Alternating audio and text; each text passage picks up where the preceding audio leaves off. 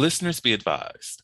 The Soliloquy podcast discuss matters related to the human experience and many that are sexual in nature. Due to this, some conversations may surround triggering topics such as sexual violence, self-harm, abuse, and much more. Please be advised, a list of crisis and psychological resources will be available in the show notes of this episode. With that said, let's get started with the show.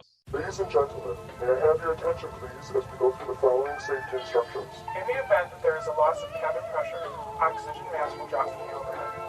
Place the mask over your nose and mouth. Breathe normally as oxygen is flowing even if the mask is not in. Be sure to adjust your own mask before helping others.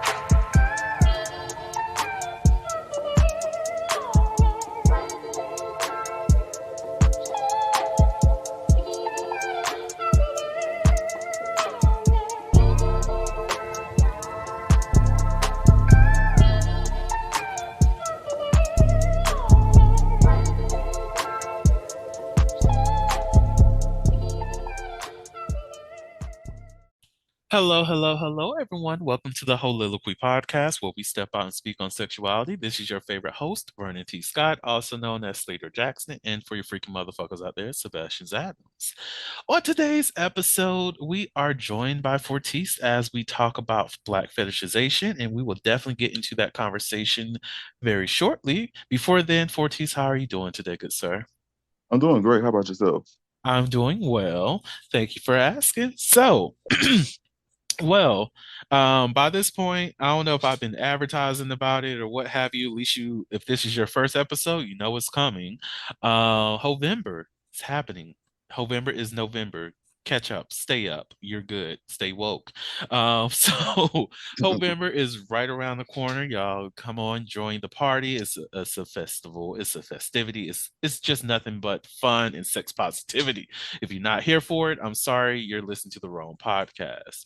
Oh, and before we really get deep into this conversation, I'm going to provide you all with a gift at the end of this episode. A friend of mine who's going to be on the podcast in season 3 sometime by the name of Sin wants me to read this poem that I wrote and kind of did at this recent like poetry event. And he said that the audience needs to hear it. So because he asked, I'm going to do it for you all so you can hear that. Again, it's going to be at the end of the episode, so stay for that. So that's my announcement. Church is now in session. So, Fortis, Black fetishization, what are your thoughts about it? I think it's all too common and it's not in a positive way. Ooh, and I agree. What you mean? What you mean? Let's go into it. I mean, from making like I have myself when I was on dating apps, Mhm. I have met people outside of the Black community that would reach out to me and ask about. They wouldn't even say, "Hey." There would be comments like, "How big is your dick?" You know, they would ask stuff like that, crazy things like that. And Mhm. then there was one comment I remember I seen where they would actually be like, I haven't been with I haven't been with someone Black before, basically. And Mhm. that's also common, unfortunately. That was on Grinder, actually, believe it or not. It was Of on course. Grinder. Adam for Adam, I did not too well, no, actually on Adam for Adam there was. I actually met a married couple, Mhm. but around that time I did not know they were actually married. So there was someone that was actually that hit me up and they were actually requesting to, I guess, meet up. Now, mind you, they were not my type, respectfully. They Mhm. gave off a bad vibe, and I don't know what it was. But I did engage with them in a conversation because I wanted to get to know more like what's going on. Why am I not feeling this person like that? Mhm. So this person, they revealed that they have never been with a Black person until maybe about 3 years ago.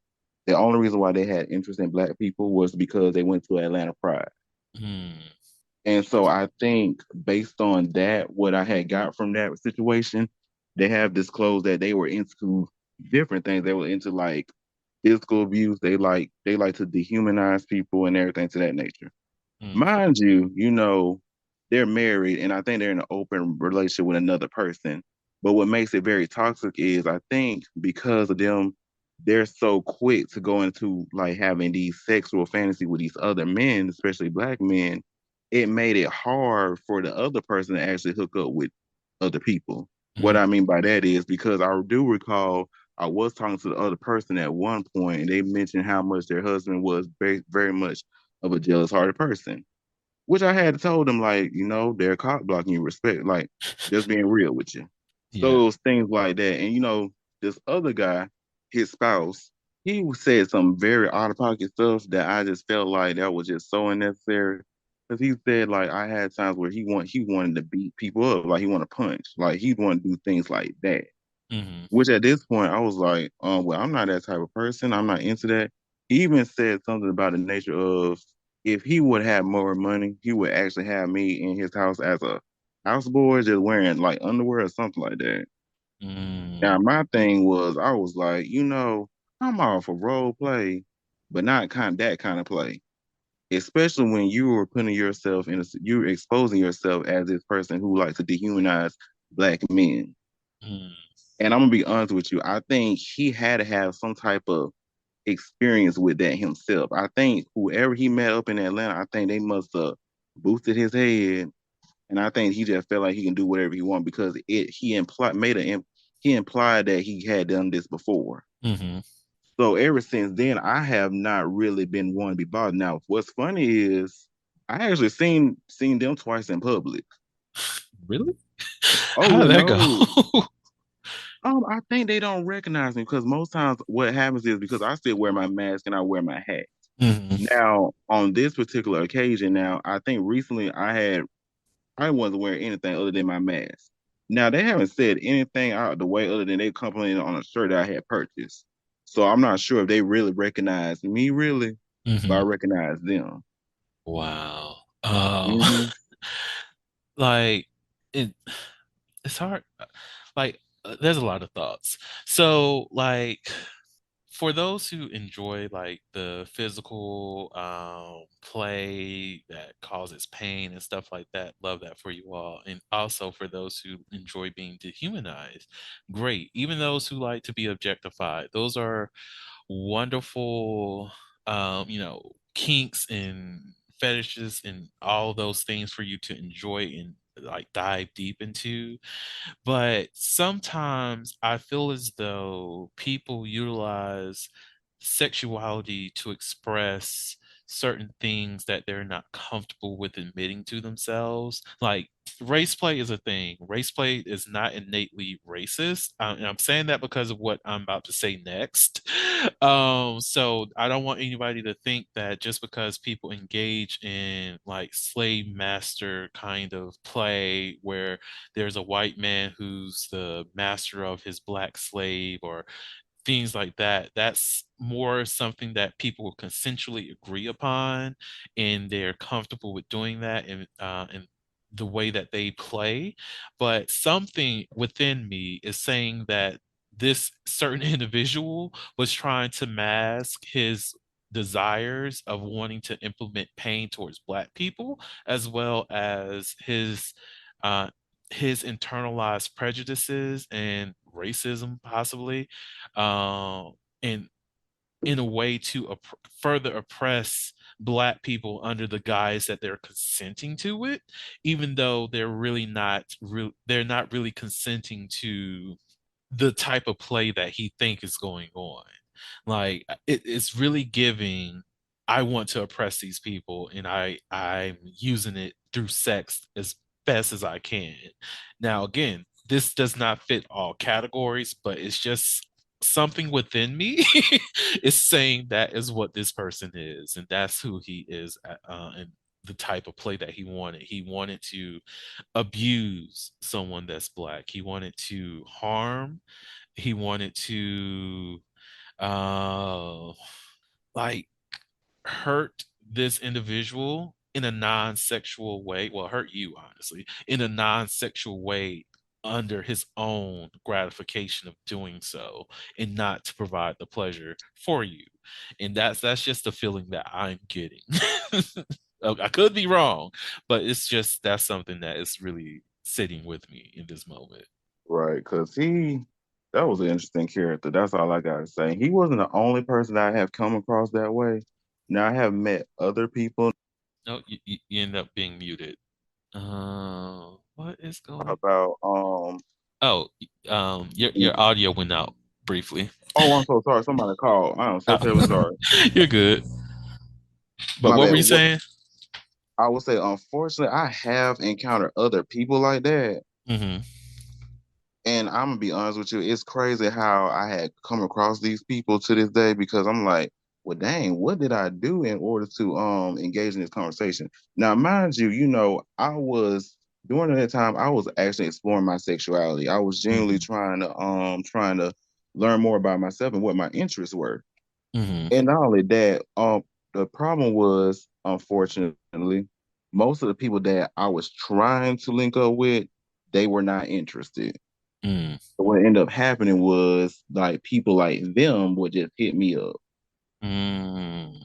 And so that did make me feel uncomfortable because I'm like, well, damn. And this is where I feel like the black fetishization things come in because you get hit on by these people who have this interest of trying to see what they can get out of the situation, what kind of sexual gratification they can get out of it.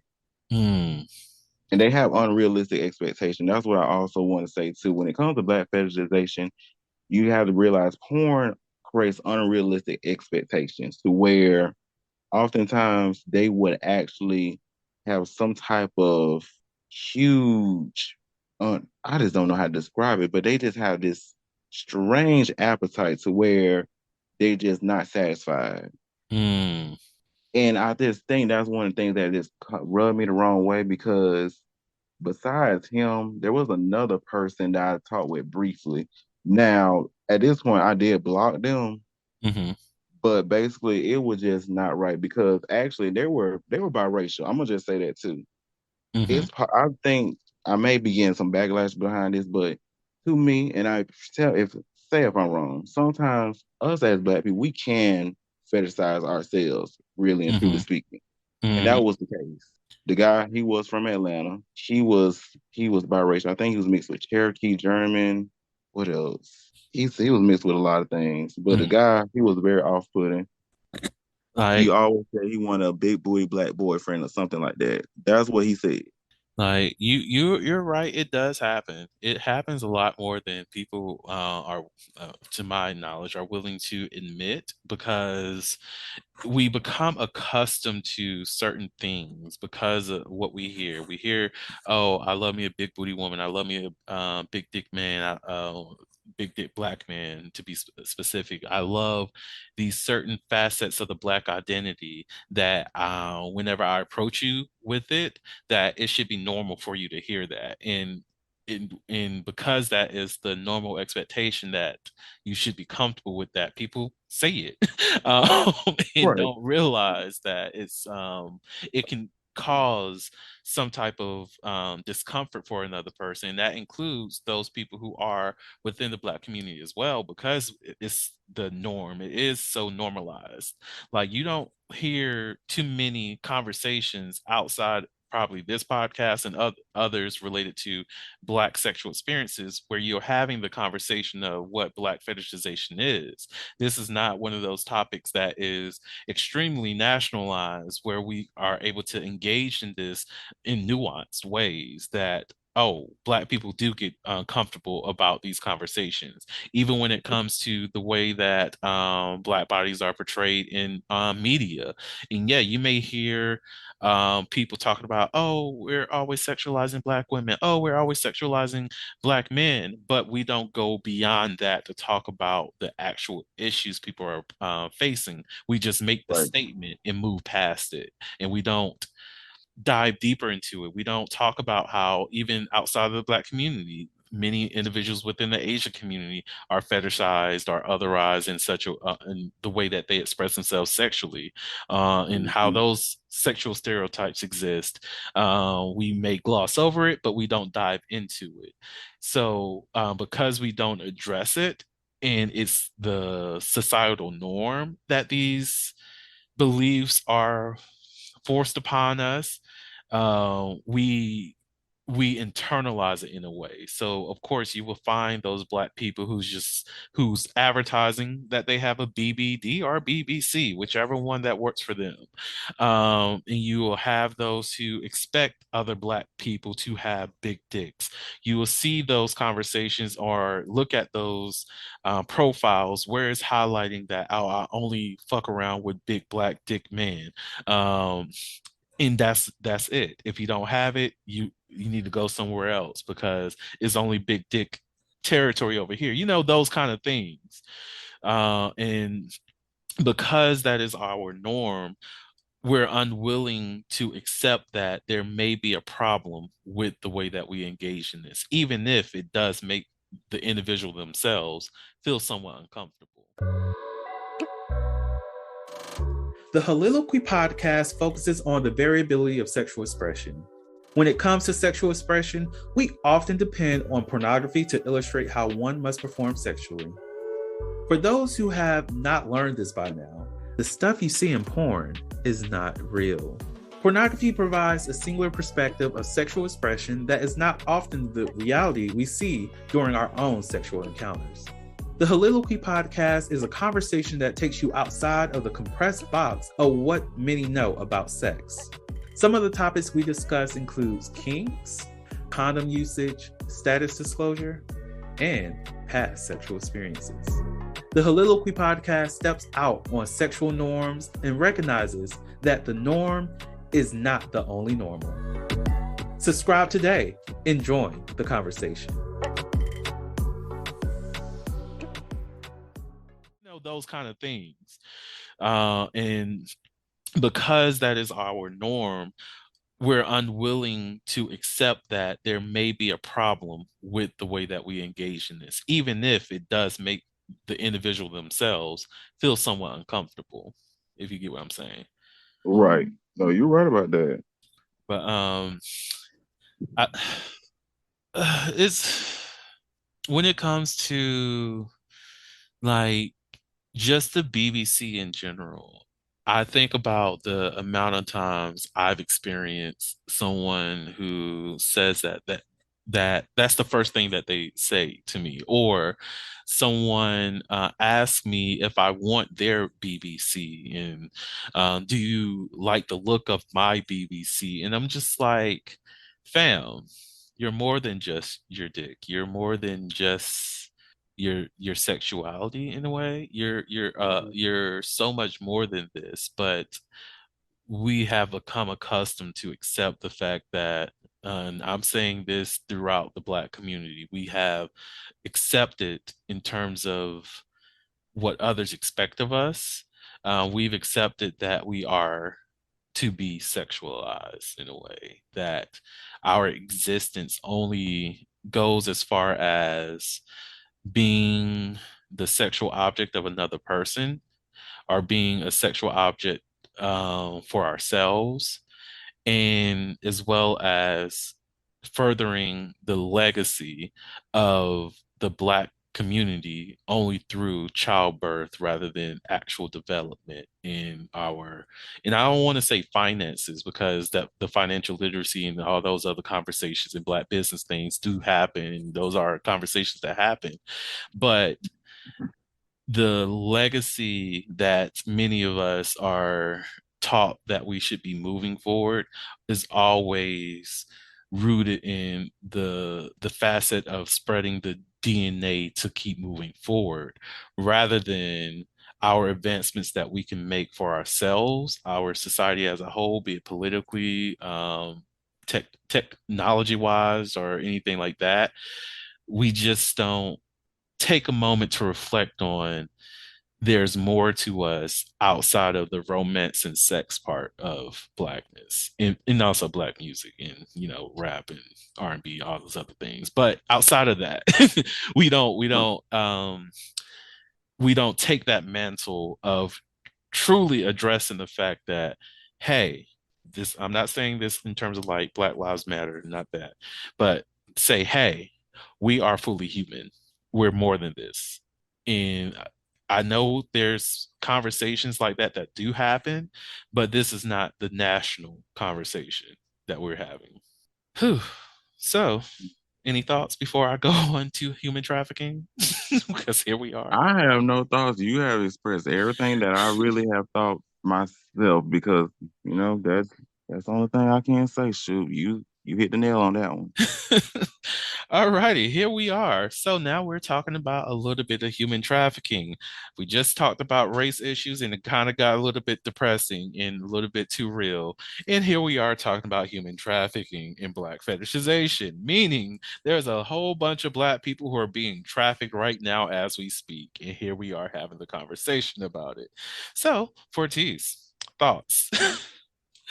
It's not very surprising. I'm gonna be honest with you. What's so unfortunate is because as a collective, I think people across the globe have this thing where they perceive black people as being inferior. And I hate to say that because oftentimes, like, think about what goes on in our society in the US in the United States. Mm, Oftentimes you have people being gunned down. Oftentimes you also have people being sexually assaulted or being dehumanized to the point where there's no recognition. There's no kind of reprimand, like no type of retribution towards that. There's no kind of mm, justice.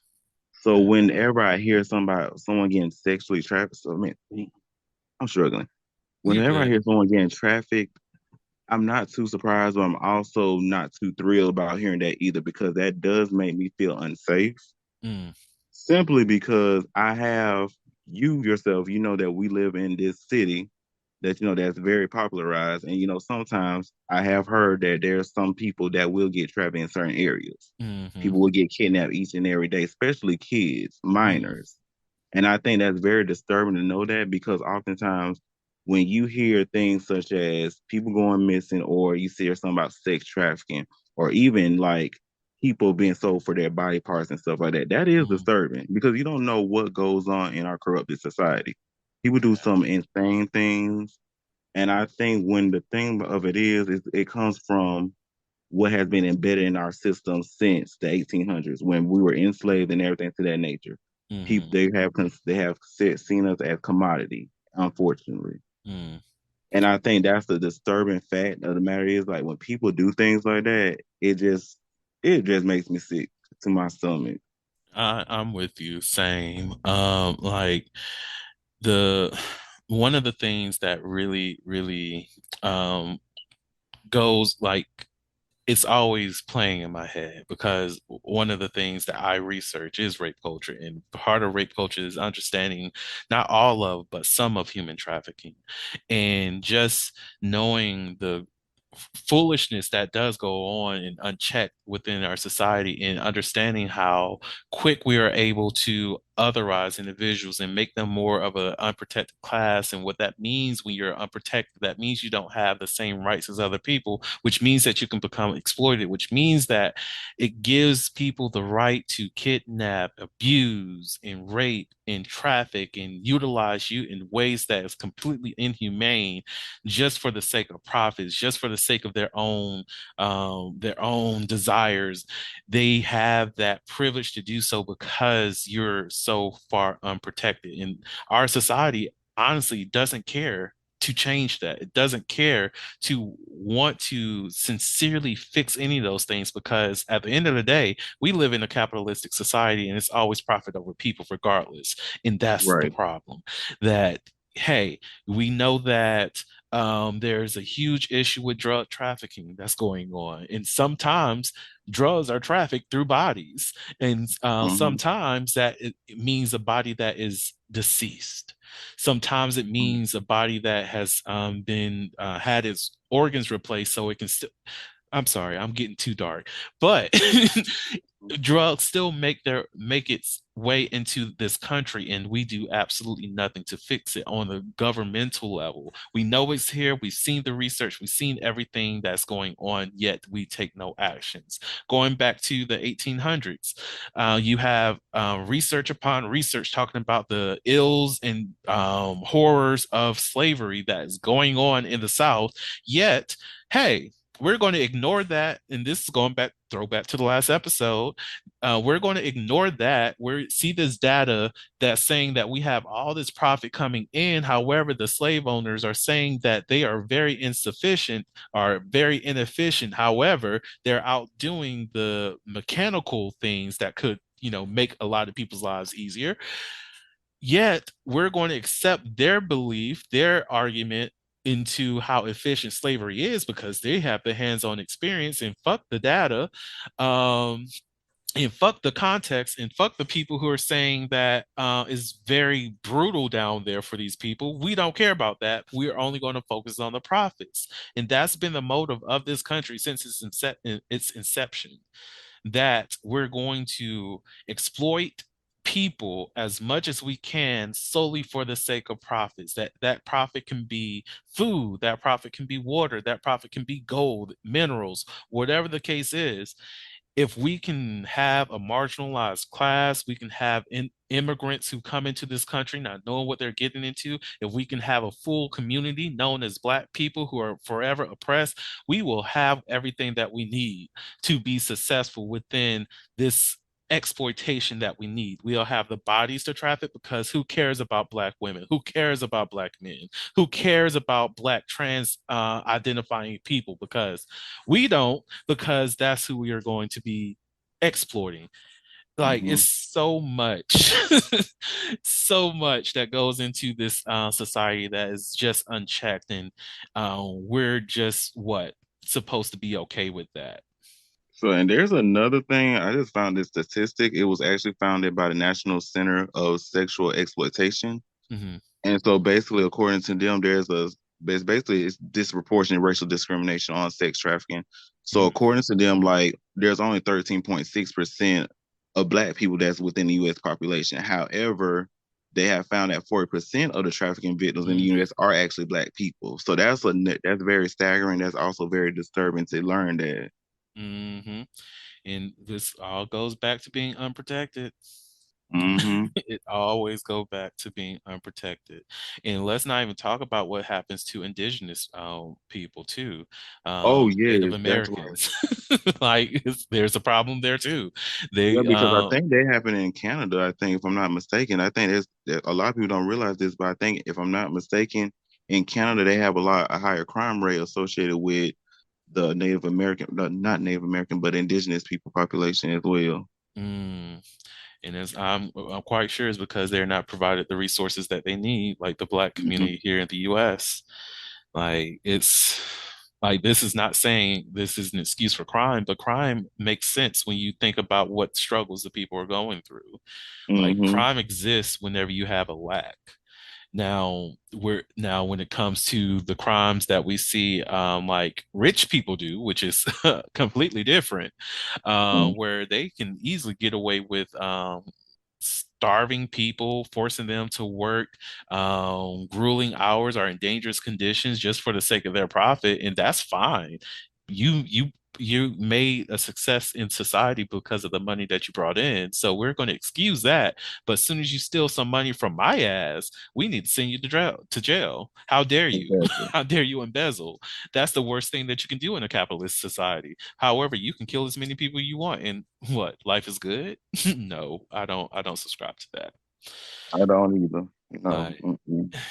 and there was something that you said earlier that was that stood out to me, and I forgot, and I hate it. And while I'm trying to figure that out, is there anything else that you wanted to say related to human trafficking? So be careful of this, because I'm gonna just say this too with my experience.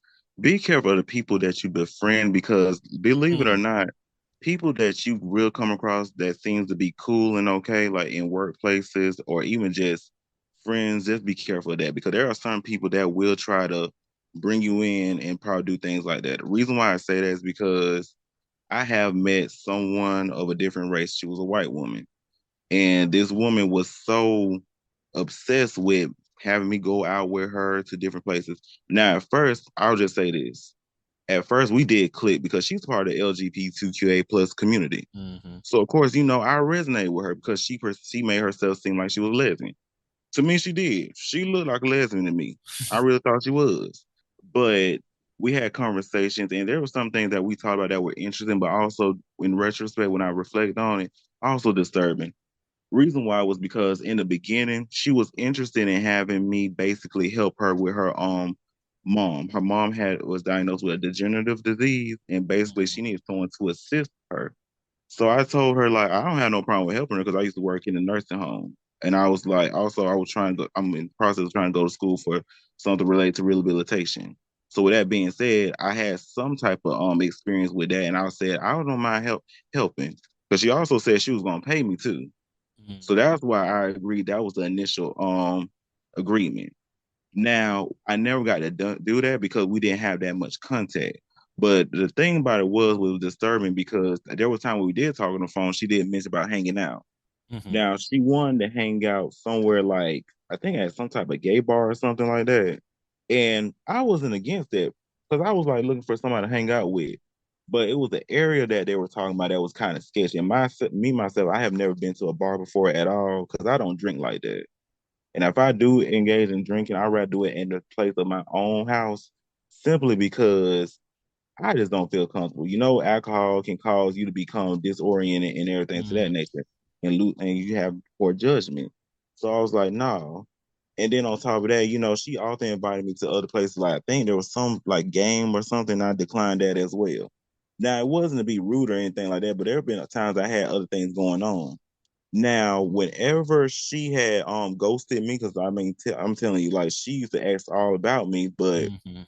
when I have not been able to go based on her request. She'll basically just ghosted me and everything to that nation. So this has been like 6 months ago. I think about a month ago, I had talked with a coworker, my supervisor, and they had informed me like they've been asking about me and everything. Mhm. That's the worst part about it. And then another thing is she has a gay friend, a white man that actually likes younger black men. Mhm. And so with this whole situation, which rubbed me the wrong way, she would also then bring up political issues such as human trafficking.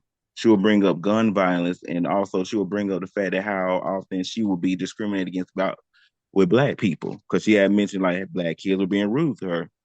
Now I understand like sometimes these kids can be out of pocket, but I'm like, damn. I was like, what the hell are you doing wrong? Because she has said some rude things, out of pocket things, because she did tell me that her friend that actually was interested in younger black men, what he would do is basically he would go out with them and basically buy them anything they want. But Mhm. he ended up having been bankrupt. I think he had to file for bankruptcy because I guess the black people were using him as she said. But she didn't say it in that way. She said, well, those niggas are gonna do what they want. That's what Mhm. she told me. And you said this was a Now I'm white saying woman. this was a white woman with short Mm. damn hair like a damn. I'm like, I'm looking Mm. at this her for like, girl, did you just forget who the hell you talking to? Mm. So Mm. ever since then, I was already looking at her sideways from that moment on.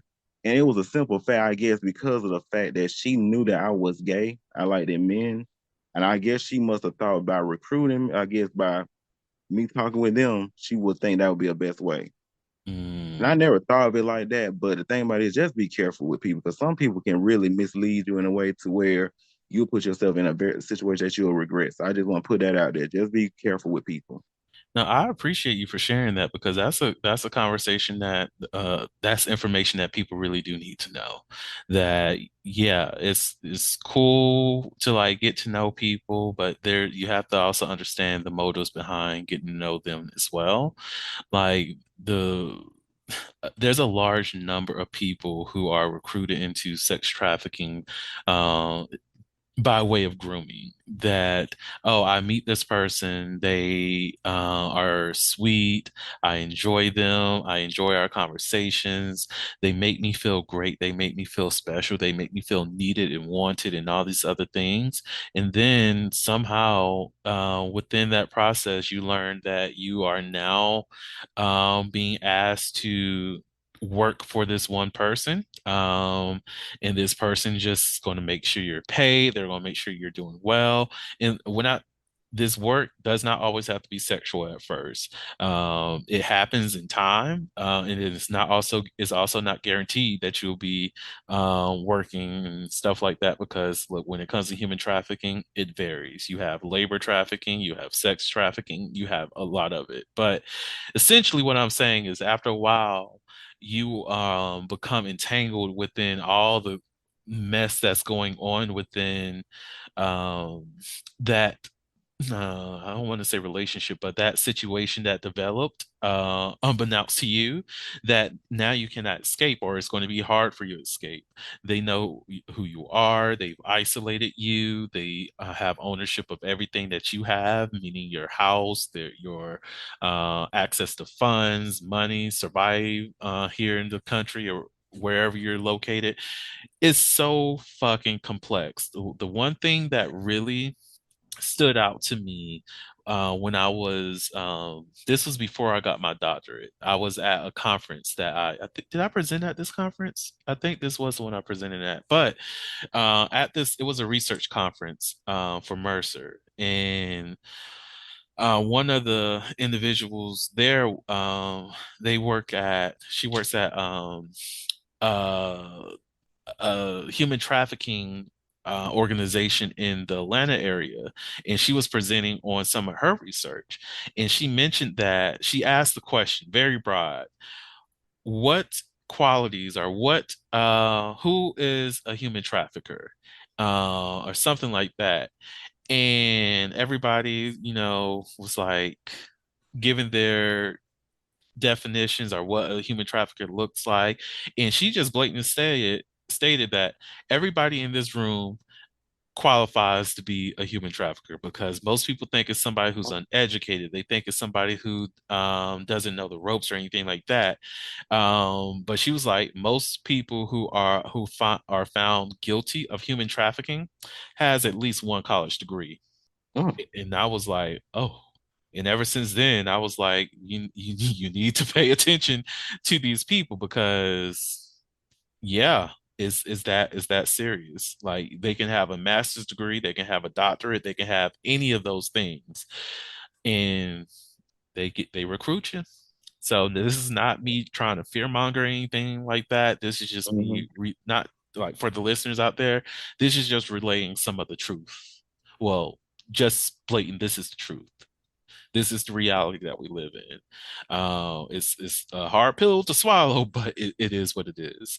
And we do honestly have to figure out what we can do in order to mitigate this within our society, because so long as there's a possibility for somebody to become a victim of human trafficking, or let's put it this way, um, just so long as there's an opportunity for somebody to become a survivor of human trafficking, which is a great thing to survive that, but they should not have been in that to begin with. So, um, so long as there's space for that, there's space that you or someone that you love may fall within that realm of being trafficked. Mm. Mm. Whew. And like I said, this is a this is a tough ass episode. And this is why, because conversations like this that happens throughout the podcast, I have Hovember. And Hovember is a space where we don't have these tough conversations, or these um very, very, very emotionally draining conversations, because it's all about the good things. It's all about the fun things related to sexuality. But just because there's a fun side doesn't mean that there's not hurt or trauma. And that's a thing that people always need to remember. There's traumas everywhere. Hurt is everywhere. But at least within the podcast, we have a month of nothing but enjoyment. So, are you ready for some Never Have I Ever to Yes, lighten I up am. the mood Yes, please. Yes. before we start crying? Um, Here we go. Never have I ever made a purchase at an adult store. Oh, I made purchase at adult store. Oh yes. I have to. I enjoy visiting, and well, as of my last visit, I enjoyed it even more. It gave me inspiration to do something new. What was your experience like? I'll get into that new experience in a second, but what was your experience like when you first went to an adult toy and made your first purchase? I felt good. I felt like an actual adult. I actually Mm, felt like a adult because of the simple fact that for one, mhm, I had the opportunity to actually go to a sex store. I was very excited for one because I always want to know what it was like. And I mm, had went to one back in when I was living in Macon. So basically it was nice. For me mm. it was. And plus what was so amazing about the experience was because of course I went midnight because the freaks come out at night. But Facts. the overall thing was the person that was there, like they had the best customer service. They made me feel comfortable and everything. And they also expressed like their sexual experience. The funny thing was like they were heterosexual, but they Mm, were so open and so they had such an open mind and open heart because of the simple fact that they were very accepting. And they also provided good advice too.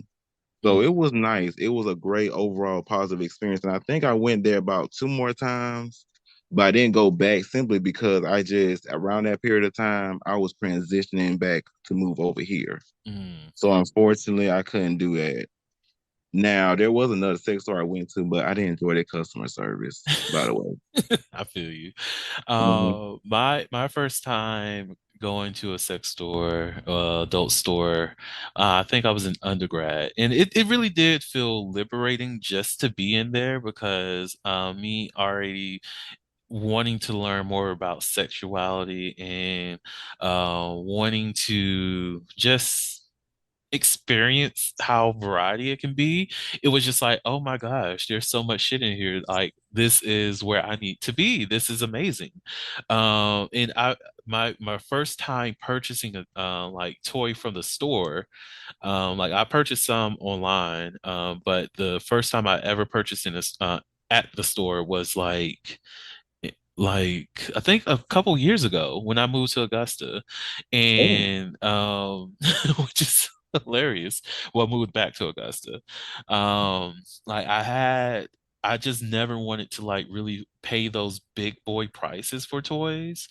But since I had purchased one that was like 129 and it was expensive and didn't do what need to be done. I talk about it on the vibrator of my pod for anybody who wants to hear that tell. Just go to that. Look in the show notes. But it I was like, let's see what else I can get. Oh, actually, no, that's a lie. The first time I actually purchased some toys at a adult toy store was at when I lived in Nashville. I purchased some toys for myself and my boyfriend at the time for us to enjoy together, and that was the first time. But my experience when I came to the one here in Augusta, it wasn't a positive one the first time. Because I don't know if he was the manager or what have you. It was him and some other chick. They were kind of joking about, you know, there being customers in there, and I'm like, this is a sex store. Like, why are you these people? You're giving negative Mhm. vibes. Calm down. Like, be accepting of the people that come in. Like, sex is something that can be enjoyed and should be enjoyed. So don't provide that energy at the door. So, and they even questioned the stuff that I got, and they was like, "Oh, this is interesting." I'm like, "It's a fucking feather, like it's a it's a riding prop. It's okay." So yeah, but the second time I visited this location, which was recent, I ran into an old classmate, and it was beautiful. It was a great experience, but that actually made me want to like it motivated me to do a little bit more work on the coaching side and consulting side for like people whose first time is going into like that space. Those people who don't know what pleasure looks like for themselves and don't know what toys that they should try out first. They don't know exactly what a certain thing does because my friend, this was her first time actually being in that kind of environment and trying to learn these toys. So a part of my homework assignment was to go to an adult store and have a tour. And after the tour, she told me what was the most popular things. We went back around the store so I can tell her exactly what people use certain toys for, how they can be innovative with it, and like if you have somebody who's new, what kind of questions to ask. It was just, it provided a new sense of self that made me want to be like, I'm here. Like this Right. is what I can do for a lot of people. And it made me feel secure in the things that I currently do and what I'm working towards. So that was just amazing for me. I'm glad to hear that because that same story that you spoke of, that's the one I was throwing shade at, by the Ooh, way. ooh, and I understand. And I understand. Like I actually wanted to work with them to like help them increase their business and figure out how they can like start up this consulting thing to make it a little bit easier.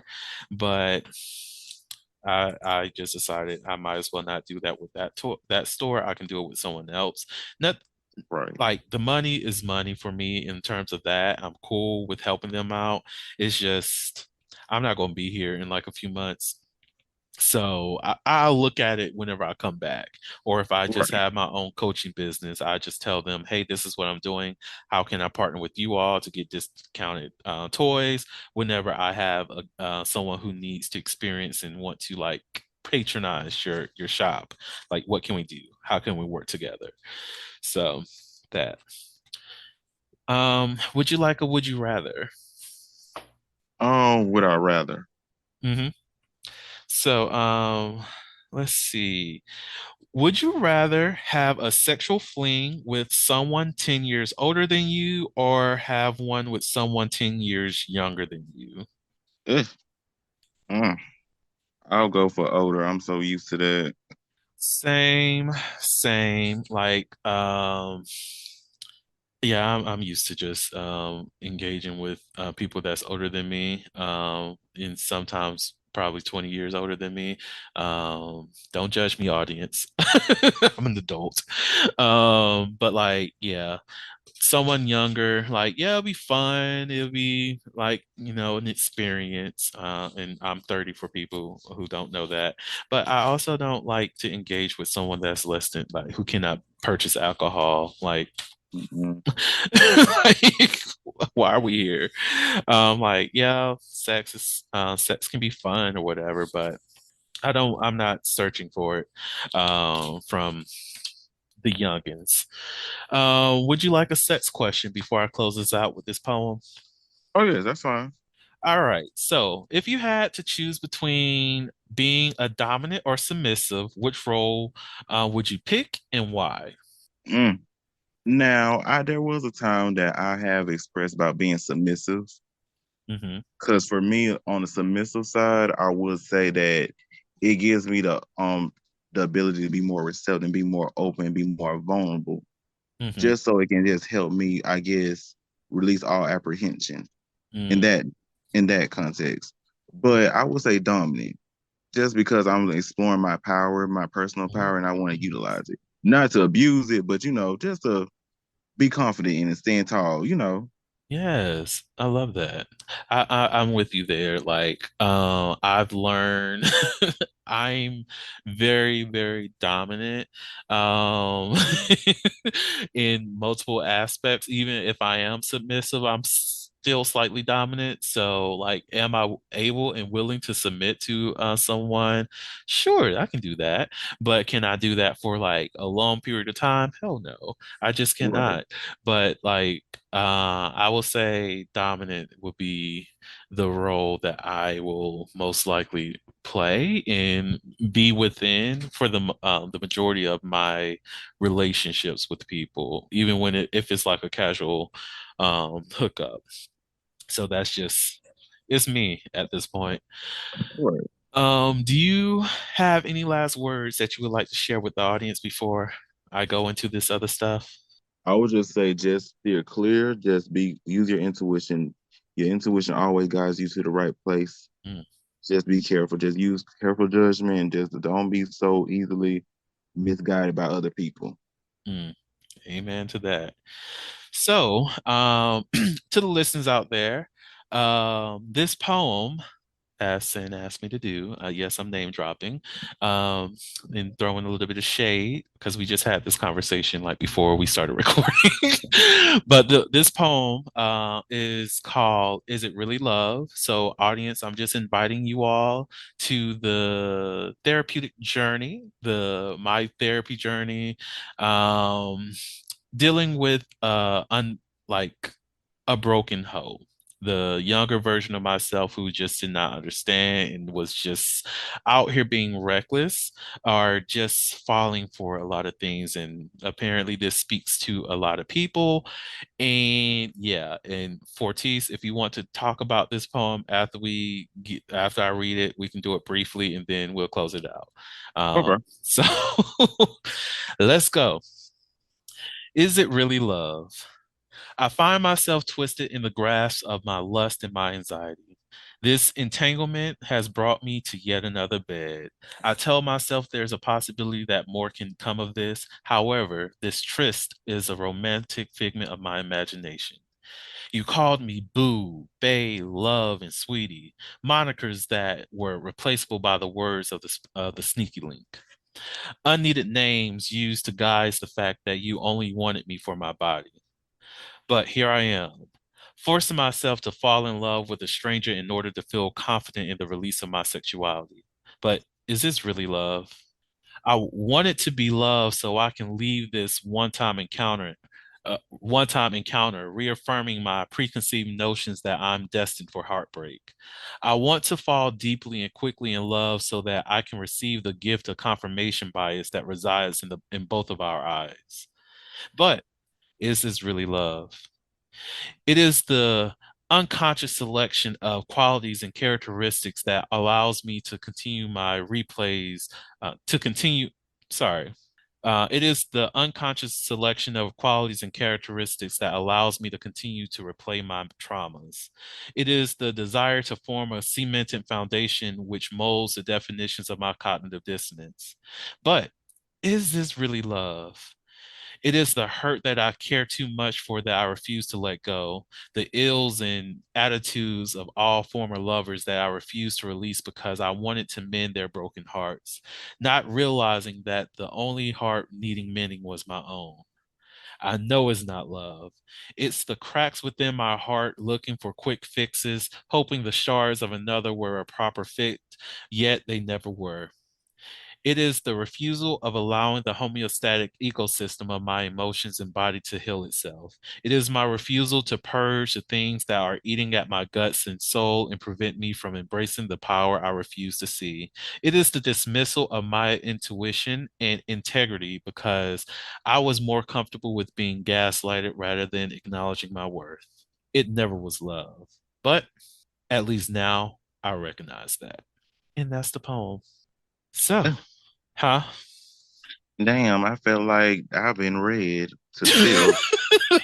That's how I would have felt a year ago. I'm not gonna lie to you. I'm not gonna lie to you because that's deep. That's really deep because that that was me a year ago. Really and truly speaking, like I was that person a few years back when I first started getting into the hookup scene. Hmm. I did validate my worth based on men's getting receiving men's attention. Mm, And all the time when they would speak these little words, like they little words, trying to play, they try to say some nice things. I believed it because I was like, okay, I'm first time getting attention from a guy. mm, But goddamn, oh no, that's how it is. That's how it be. yeah. Damn, now you make me feel like want to cry.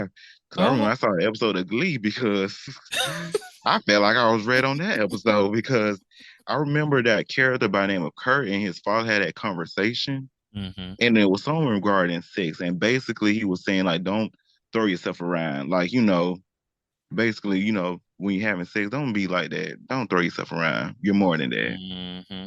I Exactly. remember seeing that episode and I was in my feelings then.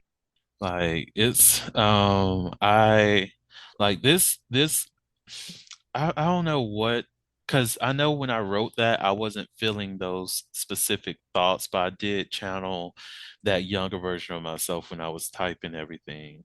Mm-hmm. And like, I was thinking about, what was it? It's like part of what I write about in the Essential Guide on How to Be a Hoe is pet names. And that's something that I always hated because you don't know me, but you're already calling me baby. And Mm-hmm. we're engaging in our first ever sexual encounter, and you are acting as though I'm actually special to you. And I know that is not going to be anything outside of this encounter. And why pretend as though it is going to be something like that? And I Right. know a lot of that comes from a lot of people who participate in like casual hookups or even just getting to know somebody just for sex is because a lot of them are hurt themselves or they just don't know how to express or articulate the things that they desire and want. Um, so they just act the way that they've been told that they needed to act. Like I have to call this person baby because to me, I want to feel that, but I'm too afraid to have that outside of a sexual encounter because I don't feel as though I'm worthy of having that kind of partner, or I don't feel worthy of love in general. And I think that's a mindset that a lot of people are in, and they're just uncomfortable with stepping outside of that and accepting that I too deserve love. I too deserve uh peace. I deserve happiness. I deserve a love that fills me up and pours into me and fills me with a way that's so abundant that regardless of how much I pour into other people, that I will always be full. And the same thing is that the person that I'm with, they're always full too, in such a way that you're so full of love that it doesn't make sense. Like, how can two things pour into each other and it never goes empty? That kind of love, that Right. love that is undescribable, that is not, it's so non-existent, but it exists kind of thing. Like in essence, it's unexplainable of how it's so powerful, but it's here. Like we all deserve that. Exactly. But yep, that's the poem. If y'all have I any, love it. thank you for the listeners out there. If y'all have any comments, if you want to share, if it made you feel some type of way that you want to share with me, in the show notes. I keep it there. You can always go to the Slayer's Playhouse website. You can find my Instagram. You can reach out to me that way. You can even send me something through TikTok. You can tag Slater's Playhouse. That's the name of the TikTok. I only TikTok through Slater's Playhouse. So people, if you need to find it, there you go.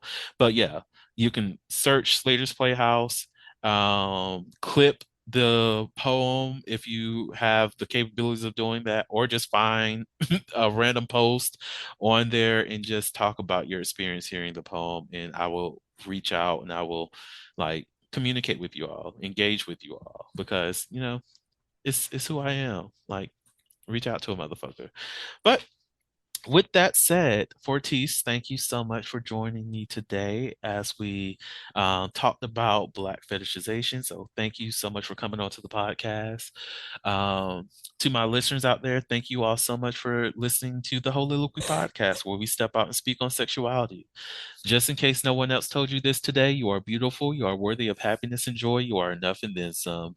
You may not live up to the expectations of others, but that is okay. You are only required to walk in your own shoes. May each day you live lead you towards abundance. With that said, love you all and see you next episode. Bye. Have a good one.